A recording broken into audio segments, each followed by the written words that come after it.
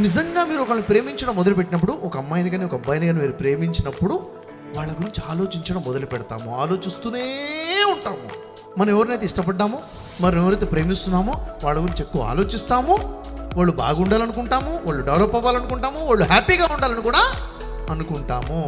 అయితే మనం ఇప్పటివరకు ఎవరెవరిని ప్రేమించాము అని పర్సనల్గా డైరీ రాసుకుంటే, ఇలా రాసుకుంటూ వస్తే 10-15 పేర్లు రాస్తే దురదృష్టం ఏంటి, దాంట్లో మన పేరు ఉండదు. నువ్వు రాసిన పేర్లలో నీ పేరు ఉండేట్టు, అది ప్రాబ్లం.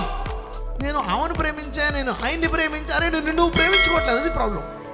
ఒకవేళ నిన్ను నువ్వు ప్రేమించుకోవడం మొదలు పెడితే ఏమవుతుంది, నీ గురించి నువ్వే ఎక్కువ ఆలోచించుకుంటావు. నీలో ఏ స్కిల్ ఉంది, ఏ స్కిల్ లేదు, ఎక్కడ ఉన్నావు, ఎక్కడ లేవు, ఏం చేస్తున్నావు, ఏం చేయట్లేదు, ఎక్కడ ఎదగాలి, ఎక్కడ ఎదగకూడదు, ఏం చేయాలి, కంప్లీట్గా ఫోకస్ ఆన్ యువర్ సెల్ఫ్. నువ్వు అందరినీ ప్రేమిస్తున్నావు, నిన్ను నువ్వు ప్రేమించుకోలేదు, దట్ ఇస్ ద ప్రాబ్లం.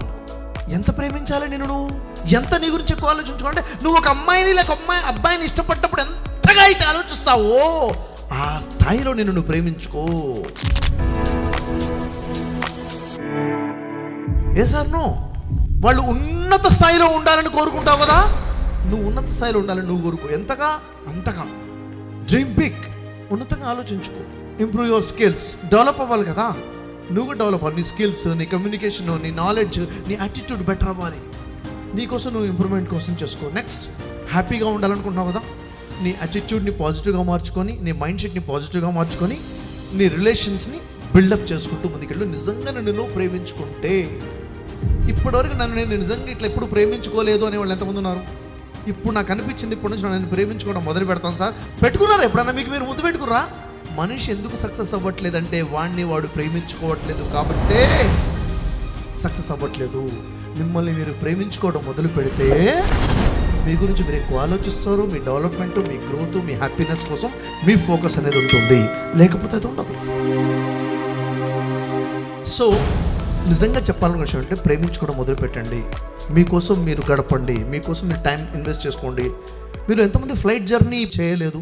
చూడండి, మీరు ఫ్లైట్ ఎక్కినప్పుడు ఏమవుతుందంటే, ఎయిర్ హోస్టెస్ వచ్చేసి బెల్ట్ ఎట్లా పెట్టుకోవాలి మొత్తం చెప్తారా చెప్పరా? అప్పుడు మీరు చూస్తారా లేదా? చూస్తారు. చూసేటప్పుడు అప్పుడు ఆమె ఒక మాట చెప్తుంది. ఏం చెప్తుంది తెలుసా?